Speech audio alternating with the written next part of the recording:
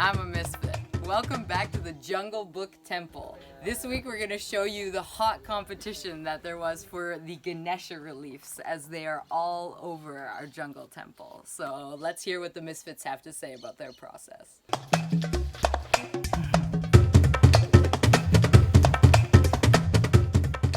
I decided to go for the Ganesha because a couple of years ago I really wanted to sculpt a Ganesha. So I was really inspired by the amount of detail I kept seeing in Ganesha designs. And also one thing I love the Ganesha for, as it represents, he's a remover of obstacles.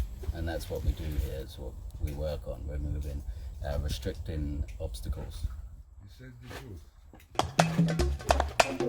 Well, I decided to go for such a big Ganesha because it's a challenge for me. I was not very confident that I can sculpt and I can do a good job to be worthy of being on the main wall of the temple.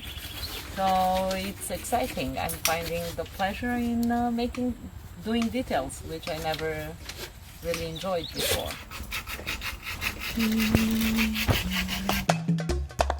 My plan for today is actually really cool because I'm gonna put a lot of detail on here.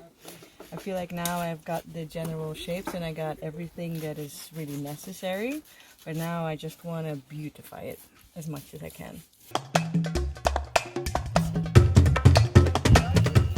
Ganesha is ready! Yeah! It's fully finished! Yeah. You proud? Yes.